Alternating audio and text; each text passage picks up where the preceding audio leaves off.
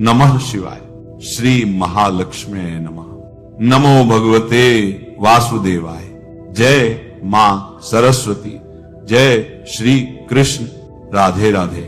शास्त्रों में इस पावन का वर्णन करते हुए कहा गया है, वरुथिनी पुण्यदा गो पूजनम तुलसी सेवा सर्व पाप प्रणाशिनी।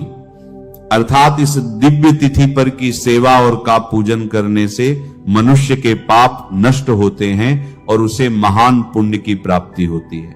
ये कोई साधारण दिन नहीं है। वैशाख कृष्ण पक्ष में आने वाली ये वरुथिनी एकादशी 2026 का अत्यंत शुभ और दुर्लभ संयोग लेकर आती है। बहुत लोग कहते हैं कि वे प्रतिदिन पूजा पाठ करते हैं, फिर भी जीवन में मनचाहा फल प्राप्त नहीं होता। इसका कारण यही है कि जब तक सही समय पर सही विधि से साधना नहीं की जाती, तब तक भाग्य के द्वार पूर्ण रूप से नहीं खुलते। जैसे सही चाबी ही ताले को खोलती है, वैसे ही शास्त्र सम्मत उपाय ही जीवन में परिवर्तन लाते हैं। इस पावन तिथि पर एक ऐसा विशेष उपाय बताया गया है जो सुप्त भाग्य को जागृत कर सकता है। यदि कोई साधक इस दिन श्रद्धा और मौन भाव से को कुछ विशेष अर्पित करे और की सेवा करे, तो उसके जन्म जन्मांतर के दोष शांत होने लगते हैं और जीवन में उन्नति के मार्ग खुलने लगते हैं। उदय तिथि के इस शुभ संयोग में आवश्यक नहीं कि हर कोई विस्तृत पूजा कर सके, लेकिन यदि सच्चे भाव से ये छोटे छोटे गुप्त और श्रद्धापूर्ण उपाय कर लिए जाएं, तो साधक के जीवन में अद्भुत परिवर्तन संभव है। कहा गया है कि इस दिन किया गया एक छोटा सा सत्कर्म भी असंख्य गुना फल प्रदान करता है। अब आगे उसी दिव्य रहस्य और उन विशेष उपायों का वर्णन किया जाएगा, जिन्हें यदि श्रद्धा से किया जाए तो भाग्य का द्वार स्वयं खुलने लगता है। उसके जीवन में चल रही सभी परेशानियों से उसे मुक्ति मिल जाती है, क्योंकि वैशाख मास कोई साधारण मास नहीं होता। इस मास की एकादशी का तो नाम ही है वरुथिनी, अर्थात जाने अनजाने में किए गए हर प्रकार के पापों और दोषों से मुक्ति दिलाकर सभी कामनाओं को पूर्ण करने वाली एकादशी। यह एकादशी श्री लक्ष्मी नारायण जी के चतुर्भुज रूप का एक अद्भुत संगम है।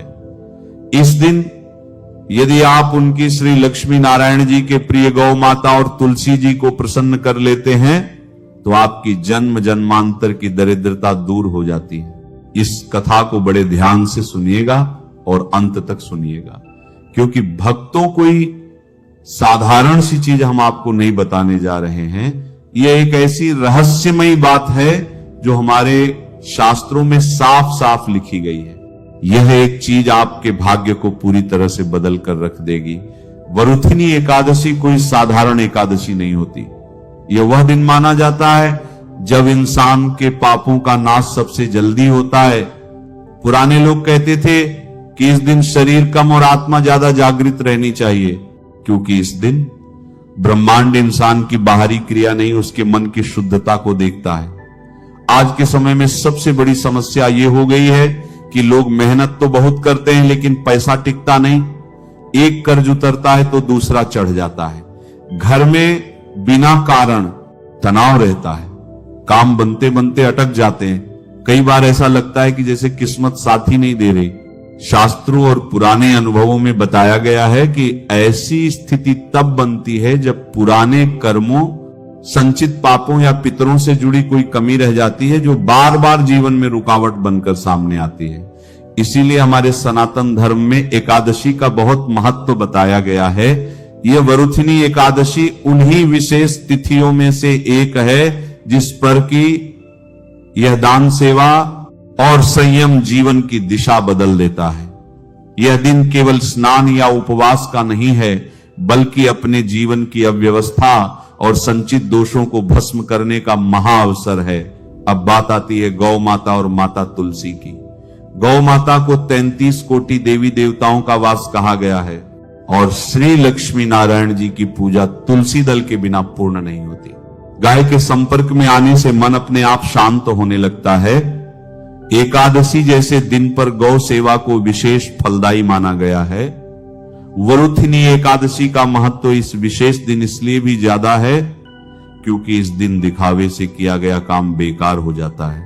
अगर आपने दान किया, सेवा की ओर लोगों को दिखाने लगे तो उसका असर कम हो जाता है।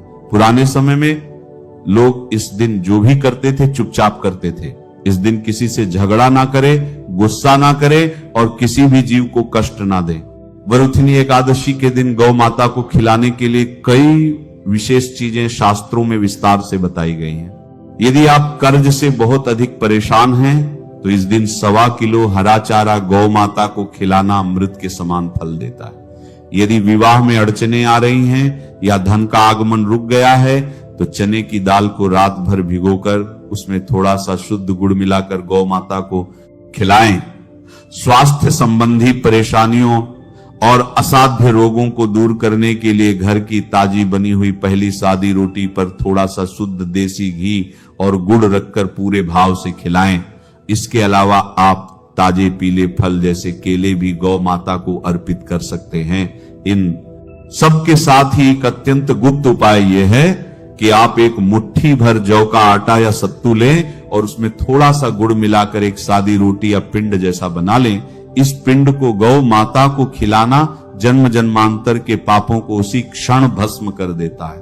याद रखें कि खिलाते समय आपके मन में पूर्ण श्रद्धा हो, आप किसी से बात ना करें और भगवान श्री हरि से अपनी गलतियों की क्षमा मांग रहे हो। हमारे शास्त्रों में गौ माता की महिमा और वरुथिनी एकादशी के संयोग की एक और अत्यंत प्रभावशाली कथा आती है जो इस व्रत के महत्व को और भी गहरा कर देती है। कहते हैं एक बार एक अत्यंत निर्धन और अनजाने में कई गंभीर पाप कर चुकी एक वृद्धा थी। उसका जीवन कष्टों से भरा था और उसे लगता था कि उसके पापों का प्रायश्चित कभी नहीं हो सकता। वह हर समय पश्चाताप की अग्नि में जलती रहती थी और उसे अपनी मृत्यु के बाद नरक जाने का भय सताता रहता था। एक दिन संयोगवश वरुथिनी एकादशी के दिन वह वृद्धा भूख से व्याकुल होकर भटक रही थी। उसके पास देने के लिए कुछ नहीं था, लेकिन उसके मन में अपने पापों के लिए गहरा पश्चाताप था। तभी उसे ज्ञानी महात्मा मिले। महात्मा ने उस वृद्धा के मन की व्यथा को समझ लिया और उसे गुप्त उपाय बताया। महात्मा ने कहा कि आप आज वरुथिनी एकादशी के पावन अवसर पर बिना किसी को बताए चुपचाप एक मुट्ठी भर जौ का आटा या सत्तू ले और उसमें थोड़ा सा गुड़ मिलाकर एक सादी रोटी या पिंड जैसा बना ले और जो भी पहली गौ माता आपको दिखे उसे पूरी श्रद्धा और अपने पापों के क्षमा की प्रार्थना के साथ खिला दें। उस वृद्धा ने महात्मा की बात पर पूर्ण विश्वास किया और ठीक वैसा ही किया। उसने चुपचाप वह जौ और गुड़ से बनी चीज तैयार की और उसे लेकर गौ माता की खोज में निकल पड़ी। जैसे ही उसे पहली गौ माता दिखी उसने अत्यंत दीन भाव से और अपने मन में अपने सारे ज्ञात अज्ञात पापों के लिए क्षमा मांगते हुए वह चीज गौ माता को अर्पित कर दी। गौ माता ने जैसे ही उस वृद्धा के हाथ से वह चीज ग्रहण की, उसी क्षण उस वृद्धा के चेहरे पर एक दिव्य चमक आ गई